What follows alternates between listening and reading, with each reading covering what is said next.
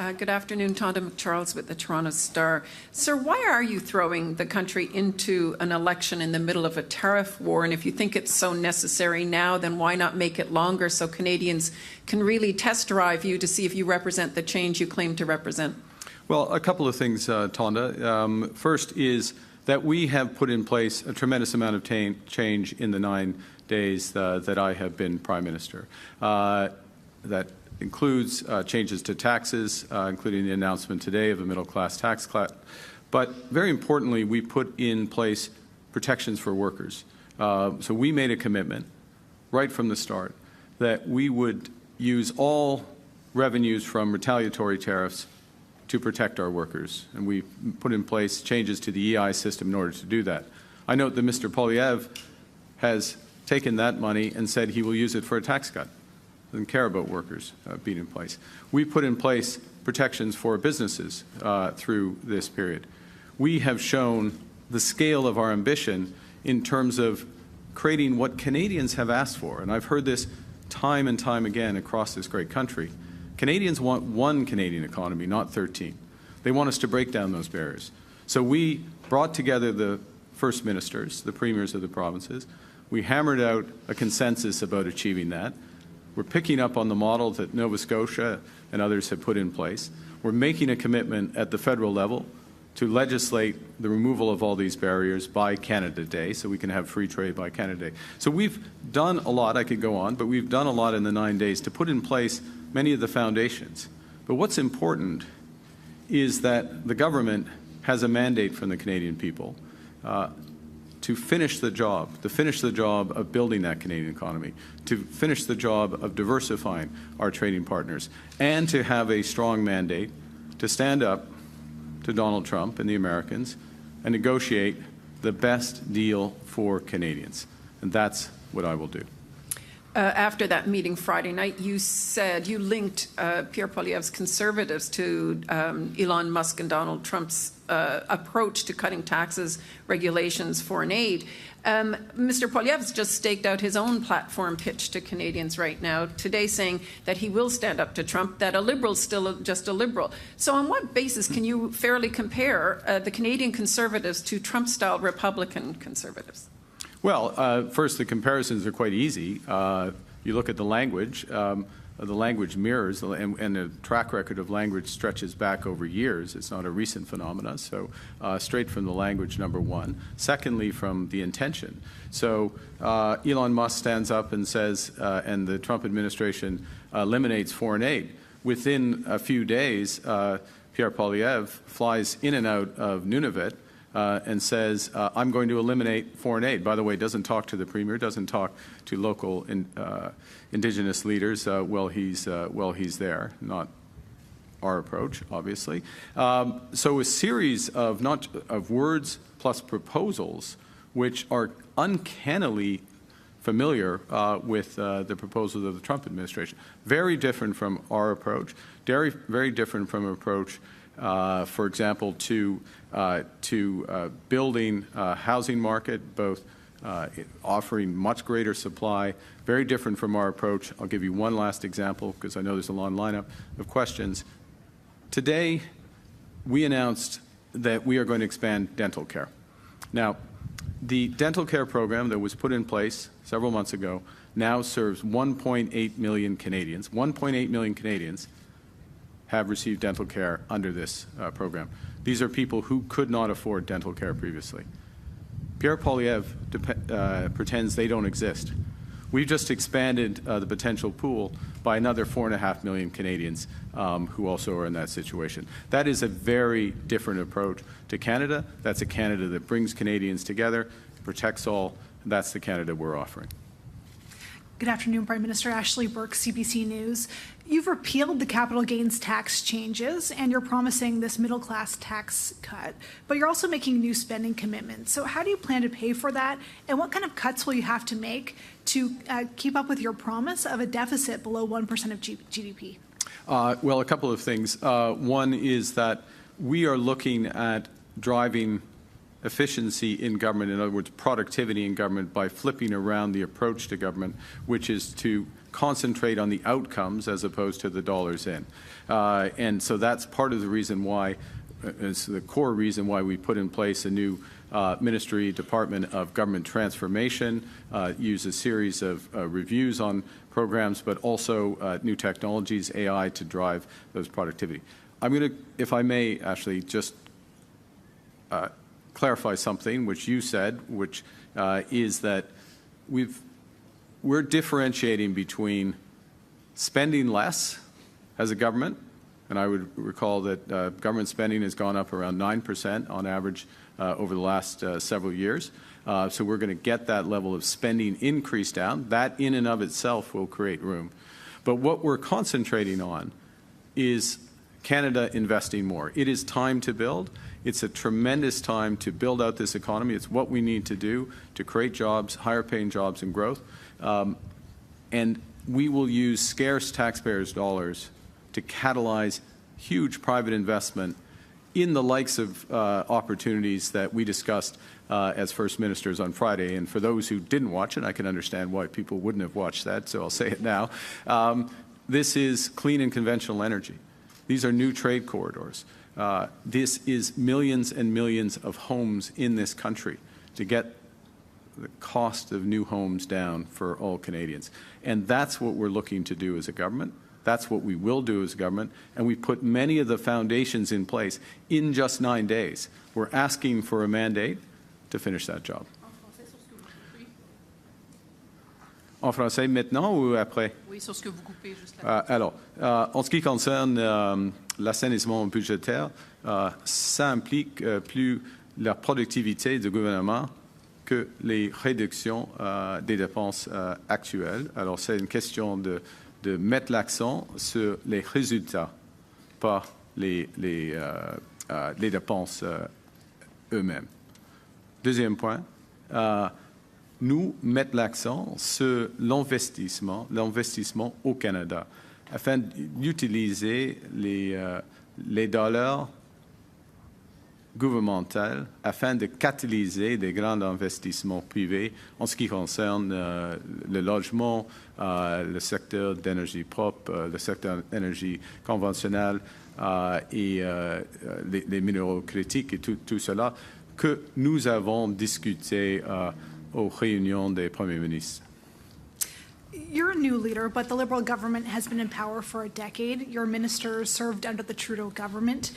Why should Canadians believe that you, when you say that you represent something different and change? Well, I have several things. The first is that you've seen a change in approach and action. It's not words, but action. So the changes to the tax regime that I've mentioned, the changes to our approach to housing, you'll see much more in the coming week in terms of increasing dramatically the supply of housing.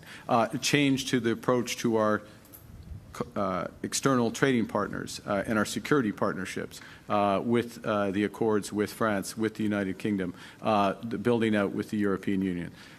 Changes to the coverage of healthcare in this economy. So all of those steps, the scale of ambition and change in creating one Canadian economy.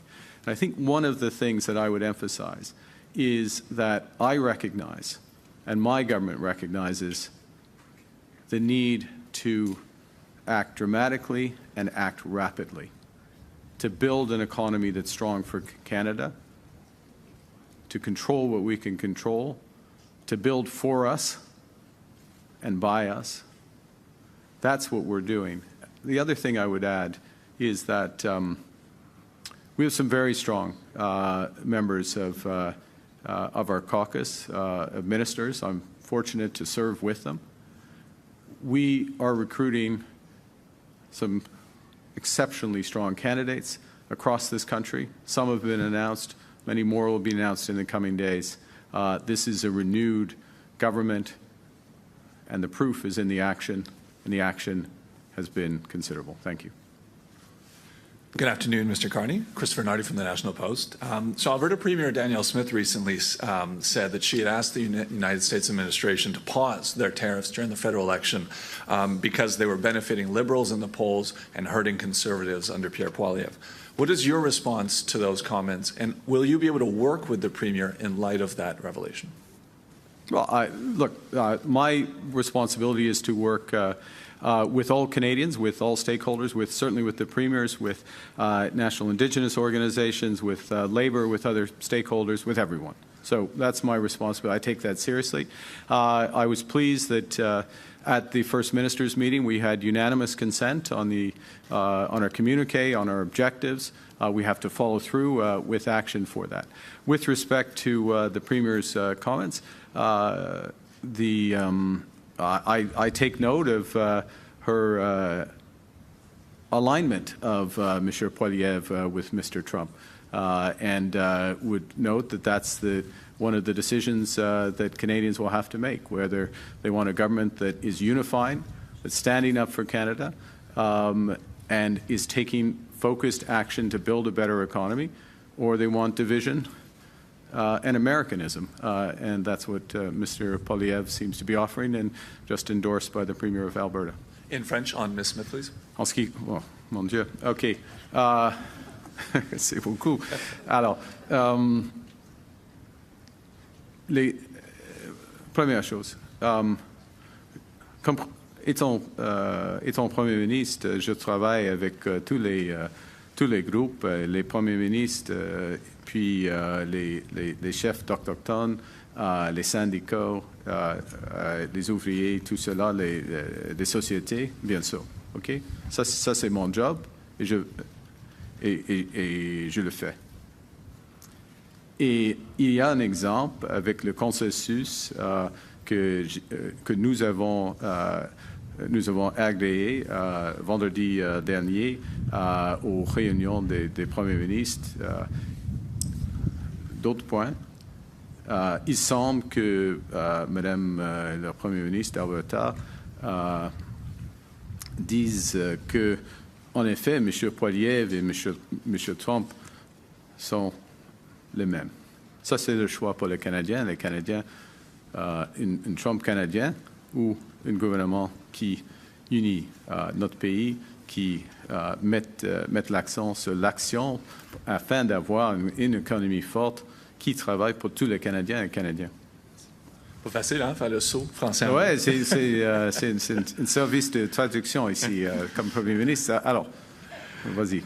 During the leadership campaign, you promised to, quote, cap immigration until it reached sustainable pre-pandemic levels. Yeah. Pre-pandemic immigration levels were rising.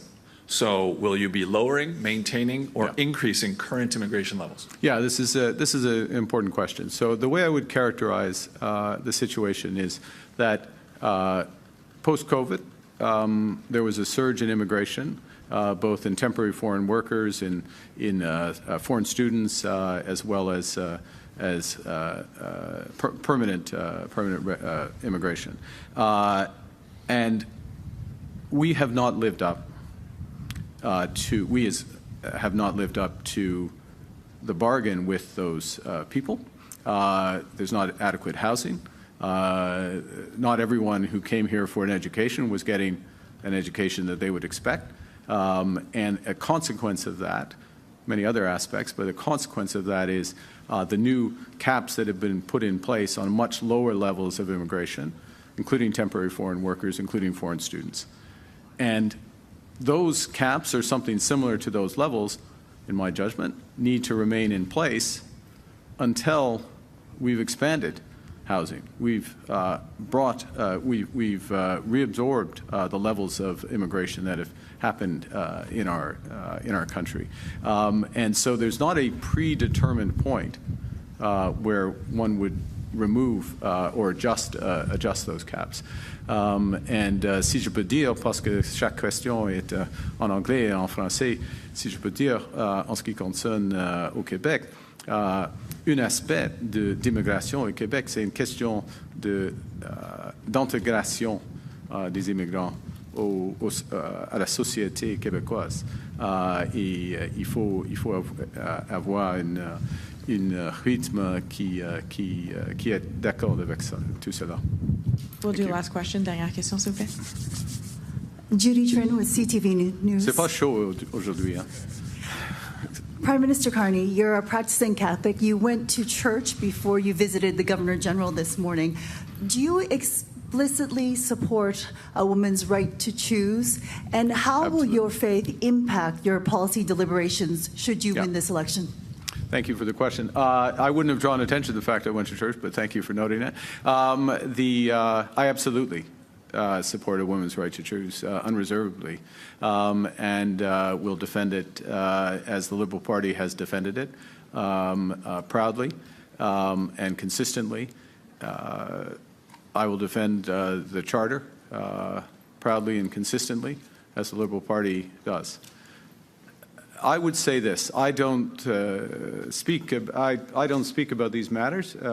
I think what's relevant, when I say matters, my personal faith or spirituality, but I'll say what's relevant is that it informs my sense of responsibility and service. I feel, that I should serve our country the best I can. And if I go back to my journey to be standing in front of you here, I did feel at the turn of the year, as the crisis bore down on us and the need for big change, that I should put my hand up and be part of that change. I'm humbled that I was chosen as leader of the Liberal Party. I'm privileged that I have had this time in government, a short time in government. We have made major changes to put Canada in a stronger position, a much stronger position. But much more needs to be done, and that's why I'm standing here in front of you and have asked, and the Governor General has agreed, for us to have this election so that we can make real change, positive change that brings this country together and builds an economy that works for everyone. Why did you choose to run in the riding of Nepean, and what was involved in your decision in terms of also the fact that Mr. Chandra Arya, who has represented this riding for quite some time as a Liberal, what is the situation involving him being disqualified from running in this race? And do you live in this riding?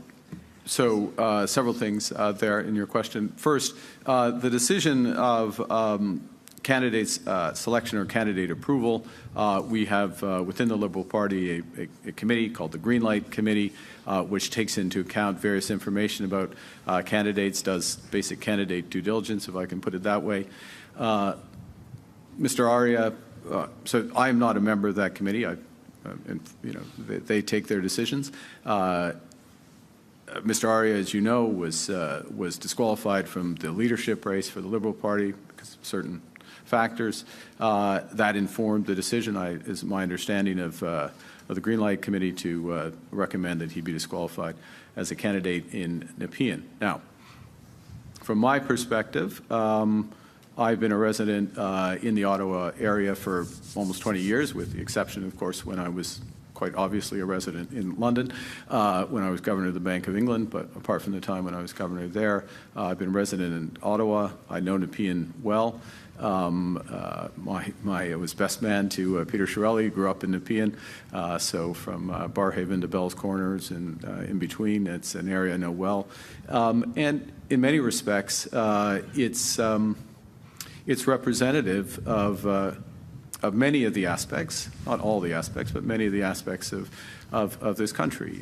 Median incomes around probably $50,000, $55,000, so a little less than the national average, but in there. Very diverse. Both the opportunities and the challenges that we face as a country, and those are challenges that I'm looking to address. That's why I put my hand up. That's why I'm here as Prime Minister. That's what I'm eager to move forward with my Liberal colleagues on. And this is the positive vision that we're putting forward for the people of Nepean, the people of Ottawa, the people of Ontario, the people of Canada.